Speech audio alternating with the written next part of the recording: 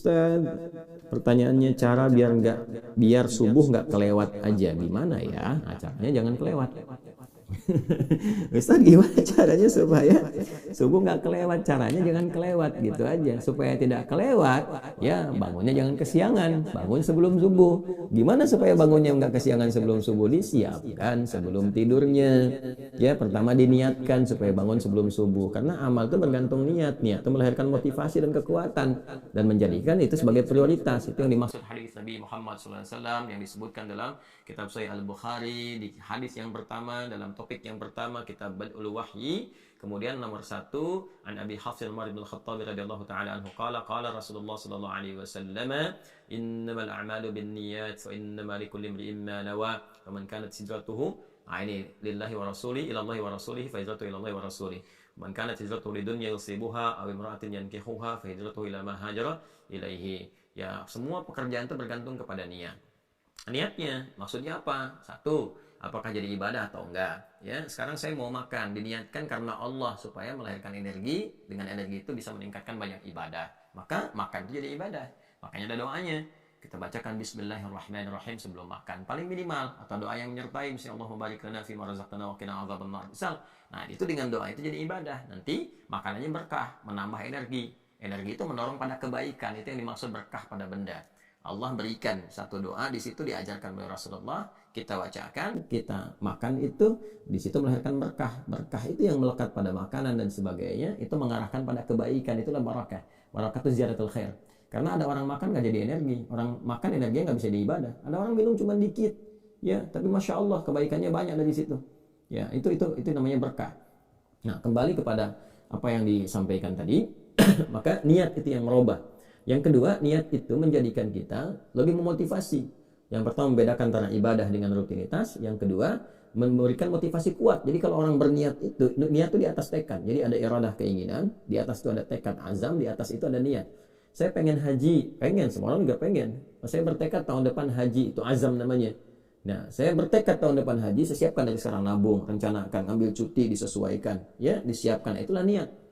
Ya, jadi niat itu ada iringan, ada mukaddimah, ada awalnya. Jadi kalau Anda ingin bangun, misalnya teman-teman sekalian, saya pengen bangun sebelum subuh, nggak akan kelewat. Ya pasang itu, niatkan bismillahirrahmanirrahim, saya pengen bangun sebelum itu. Lalu atur aktivitasnya. Jangan mengerjakan perbuatan-perbuatan yang menjadikan kita lelah untuk bangun pada akhirnya. Ya, misalnya terlalu malam tidurnya, mengerjakan perbuatan yang tidak, aktivitas yang tidak produktif misalnya kan, yang tidak banyak bermanfaat lah. Ya, Anda bisa contohkan sendiri kan, banyak sekali ragamnya. Ya, sekarang sampai malam larut, disebutnya begadang ya. Ya, sampai begadang misalnya kan, ya makanya kan sering diingatkan, begadang jangan begadang kalau tiada artinya. Ya boleh aja begadang boleh saja kalau ada perlunya gitu kan. Nah itu jadi kalau ada perlu ya nggak apa. Zaman Nabi boleh ada yang begadang, ya, ada yang begadang gitu kan. Bukan zaman sekarang saja. Zaman Nabi begadangnya apa? Begadang tuh hukumnya boleh ya ketika ada beberapa bab. Misalnya pertama bab tentang diskusi memecahkan masalah. Ada, era Nabi ada diskusi ya sampai larut malam gitu kan. Ya ada, tapi yang paling indah adalah mereka bisa memetakan dan dengan niat yang kuat tuh masih bisa bangun sebelum subuh, masih bisa tahajud bahkan. Ya kan? Yang kedua adalah bab tentang suami istri ya yang berdiskusi ya atau melakukan aktivitas tertentu misalnya diskusi tentang keluarga, tentang macam-macam, atau dia keluar misalnya berangkat nyari ke kafe, ke macam-macam malam-malam ya untuk bisa mencerahkan keadaan dirinya baik untuk diskusi ataupun untuk yang lain. Itu kan dengan hal yang dibenarkan, yang dihalalkan, yang benar, bukan ke tempat-tempat maksiat. Ya, suami istri begadang datangnya ke diskotik misalnya, itu salah, itu nggak benar gitu kan. Ke tempat-tempat yang dibenarkan, yang memberikan satu pencerahan atau inspirasi kebaikan.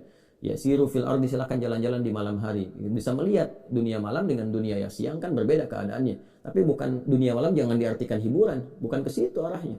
Ya, itu untuk bisa mencari inspirasi yang mendekatkan diri kepada Allah. Lihat langit ke atas, lihat bulan, menikmati pemandangan. Ya, lihat keluar betapa banyak orang-orang mungkin masih kesulitan, nggak ada rumah dia, mencari-cari tempat tidur. Ada yang tidur di pinggiran masjid, ada yang tidur misalnya di dekat trotoar dan sebagainya. Berpikir, alhamdulillah Allah berikan kenikmatan yang belum tentu ada di posisi demikian. Lalu bagaimana dengan nikmat yang Allah lebihkan untuk berbagi dengan mereka? Itu maksudnya. Ya kan? Nah, itu kurang lebih teman-teman sekalian gambarannya. Jadi diniatkan, setelah itu apa? Niat tadi itu ada usaha, pasang alarm. Ya, kalau sekarang subuhnya misalnya jam 4 lewat 9, taruhlah 9 misalnya kan, Anda setel kalau perlu di 3 kali tuh. jam 3 lewat seperempat, setengah 4. Ya, nanti alarm pertama untuk mematikan alarm kedua. Karena biasanya ngantuk tuh. Kalau udah masih ngantuk tuh kan apa sih bahasa Jermannya tuh nundutan ya. Nah, masih nundutan tuh. Ya, masih begini-begini tuh, ndut ya. Maka orang Sunda menyebutnya nundutan, karena ndut begini tuh, maju-maju tuh. Ya, Anda pasang alarm jam 3. Nah, nanti pasang lagi 3 seperempat kan. Jadi alarm pertama untuk mematikan alarm kedua kan. Alarm kedua untuk siap-siap alarm ketiga. Kan masih sadar tuh, alarm ketiga sudah mulai sadar. Setengah 4 kan, nah, di situ udah mulai siap-siap dan sebagainya. Nanti kalau sudah jadi ritme, metabolisme tubuh kita akan menyesuaikan. Itu otomatis bangun sendiri, nggak pakai alarm lagi. Saya dulu saking nggak punyanya, waktu saya pesantren, saya nggak bisa beli alarm. Saya tanya guru saya, gimana teman-teman saya punya alarm, saya nggak punya, gimana caranya bangun supaya sebelum subuh saya bisa tahajud. Maka guru saya masih teringat sampai sekarang itu.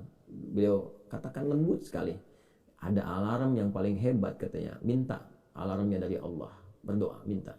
Nah itu, dari itu Masya Allah dibangunkan kita. Ya bangun kita.